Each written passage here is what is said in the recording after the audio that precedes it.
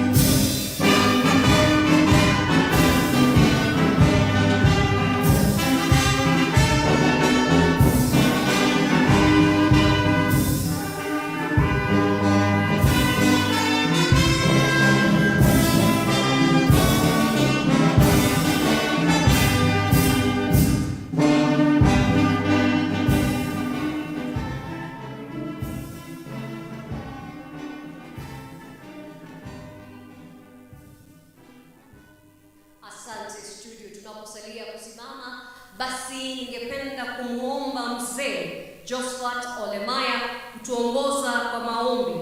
Atafuatwa naye Hussein Ahman kwa kutuongoza kwa sala, naye Bishop Barnabas Kinywa vile vile atatuongoza kwa maombi haya. Karibu mzee wetu. Mungu Baba, katika jina la Bwana wetu Yesu Kristo, asubuhi ya leo tumekongamana mahala hapa ili kuweza kuzindua chama chetu DCP, ambacho chama kitatenda kazi mzuri na kuponya nchi yetu ya Kenya. Mwokozi, kuomba upate kubariki party leader wetu His Excellency Rigathi Gachagua and all the leaders in DCP. Baba, enda nasi, maana peke yetu Mwokozi hatuwezi lolote kabisa, lakini ukituandama Kristo Yesu tunajua tutashinda, na hata ushindi wa mwisho utakuwa wetu. Katika jina la Mungu Baba, la Mwana na Roho Mtakatifu tumeomba na kuamini. Amen. Your Excellency, the Second Deputy President of the Republic of Kenya and the party leader, Democracy for the Citizens Party, DCP, Her Excellency, Pastor Dr. Dorcas, the entire leadership body, NEC of the DCP, which is the National Executive Committee, all members present here, Your Excellency, sir, we wish to welcome you at this juncture to kindly make your remarks. Welcome, Your Excellency. May we be all upstanding as we welcome His Excellency.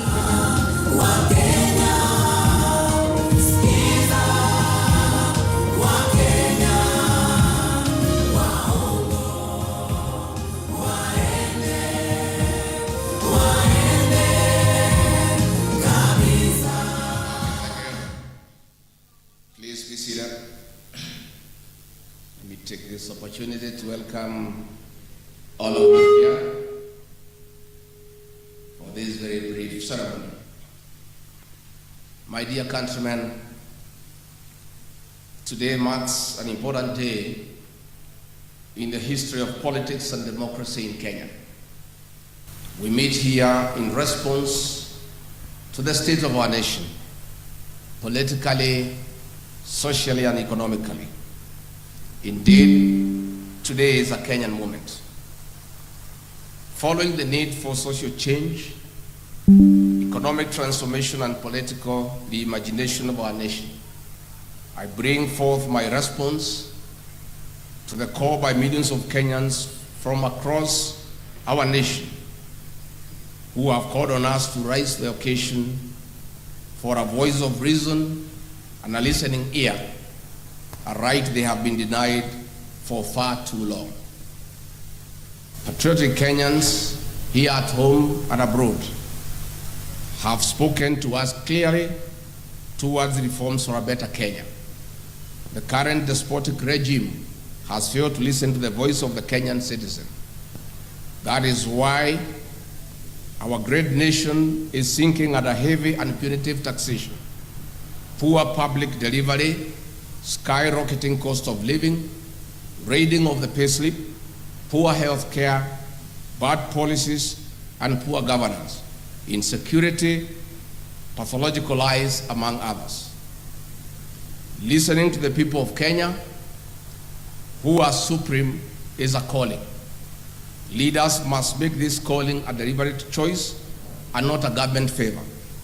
Active listening to the people is therapeutic, a solemn duty, and the right thing to do at any given time.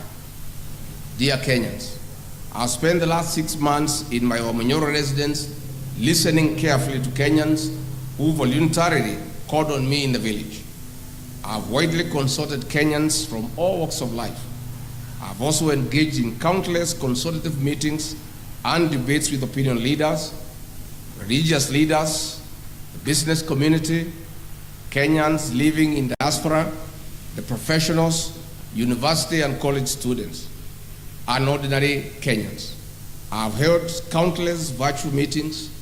I've held countless media interviews on both national, local, and vernacular stations.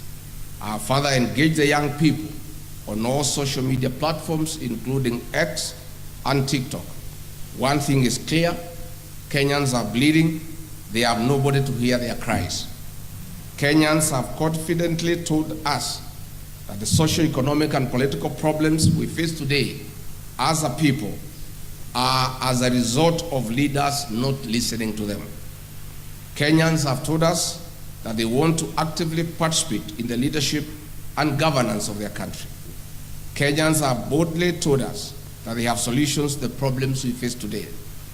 Kenyans have told us that their aspirations and their hope as a people, united under one nation, is under serious threat. Kenyans have told us that the future of this great nation lies not only in the hands of the Gen Zs and the millennials, but also in their potential that remains greatly untapped. They are knowledgeable, they are creative, and they are harmless, patriotic sons and daughters of our nation, whose one of their major demands is to be listened to and included in leadership. That is why today, among the top officials we unveil here, we have many of them who are millennials and Gen Zs to lead our party. Like-minded Kenyans have spoken to us and told us that they are tired of corruption. They are tired of abductions and extrajudicial killings. They are tired of state capture. They are tired of organized and state crime and violence.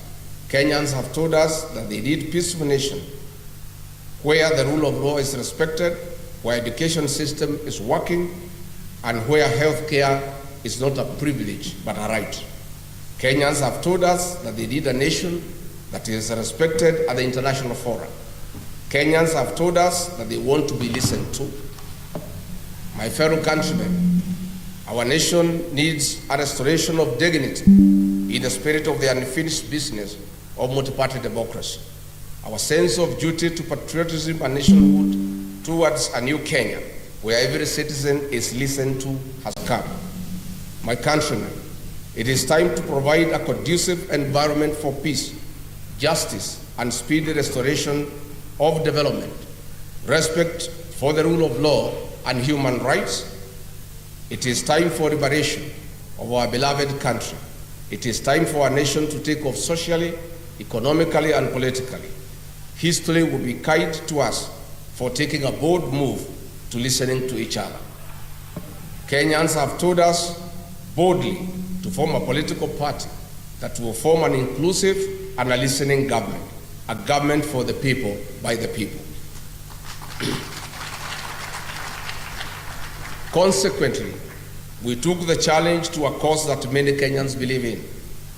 I made a promise to you that in the month of May 2025, I would unveil a new political party whose philosophy resonates with you. As you all know, I'm a truthful man and an honest man. I keep my word and my promises. I detest lies, and that is why I disagreed with the liar number one. We finally have a political party that belongs to all of us, where every Kenyan is treated equally. Our new party is Democracy for the Citizens Party. Our party slogan is Sikiza wa Kenya. But if Kenyans want, they can always interchange it with Sikiza ground. Our party symbol is a listening ear. So, tukisema DCP, unasema Sikiza ground? DCP? DCP? Ama Sikiza ground? DCP? DCP? DCP? Tuko hapo. Our party colors are neon green, brown, and white. We believe as a party every Kenyan must be listened to by their leaders. This listening must not just be listening for the sake of it. It must be deliberate. It must be planned. It must have a purpose, and it must be sustainable. At no one given time in our leadership shall Kenyan be left behind or remain unheard. As the party leader of the Democracy for the Citizens Party, I commit that I will listen to the people of the Republic of Kenya and live to their aspirations. As you all know, I have been a people's person, listening to every voice, especially those in the deepest corner of our villages. The Democracy for the Citizens Party is not just an ordinary party, but a political ideology and philosophy for every Kenyan, irrespective of their faith, creed, age, tribe, or color. The Democracy for the Citizens Party serves as the biggest political movement of our time in Kenya since 1963.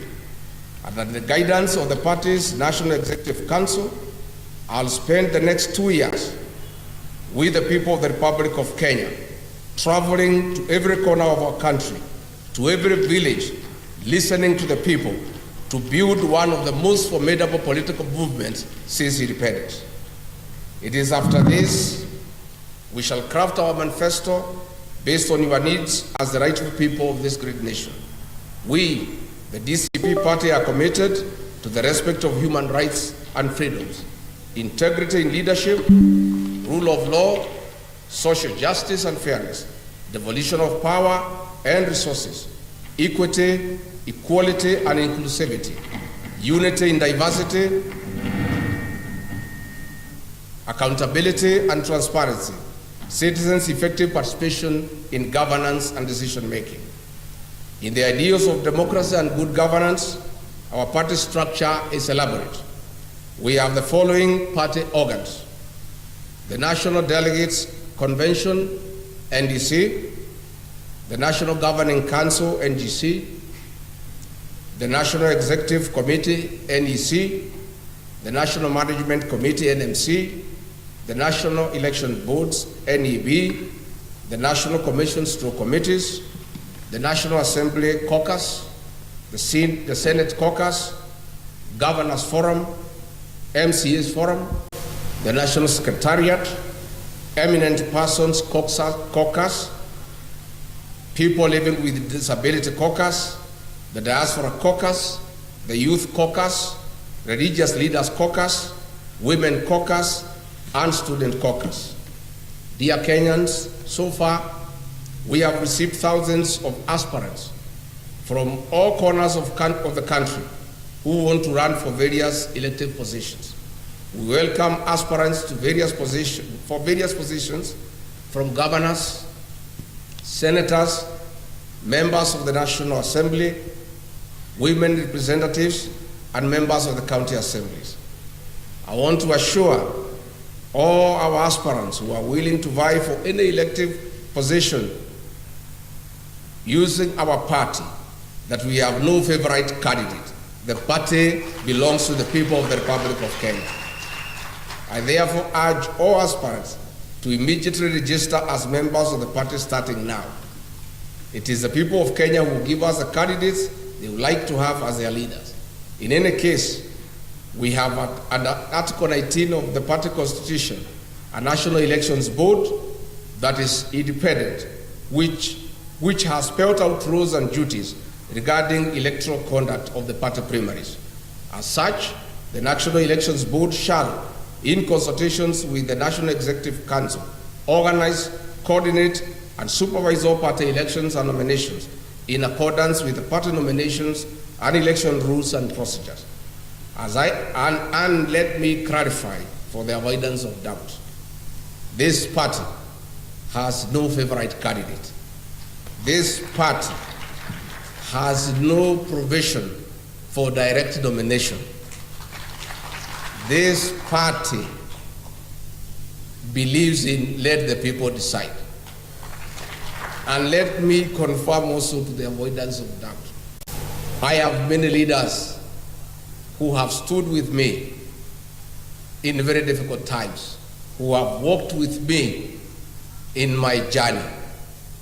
But I want to confirm, close as they are to me, much as they have stood with me, none of them is entitled to a direct nomination. So I want to encourage everybody to be prepared to face each other in the party primaries. As I conclude, allow me to thank every Kenyan who believes in the call for patriotism, every Kenyan who believes that we, the people, deserve better every day, that we, the people, need to be respected, that we deserve better services, and that our taxes must count. My dear countrymen, my people, the great people of the Republic of Kenya, the future of our nation remains promising. We'll stop at nothing as a people towards a better Kenya. I must, however, caution that those who think they can mess around with our country. Our message is clear. The people of Kenya have unfinished business with you. We have a date with you in August 2027.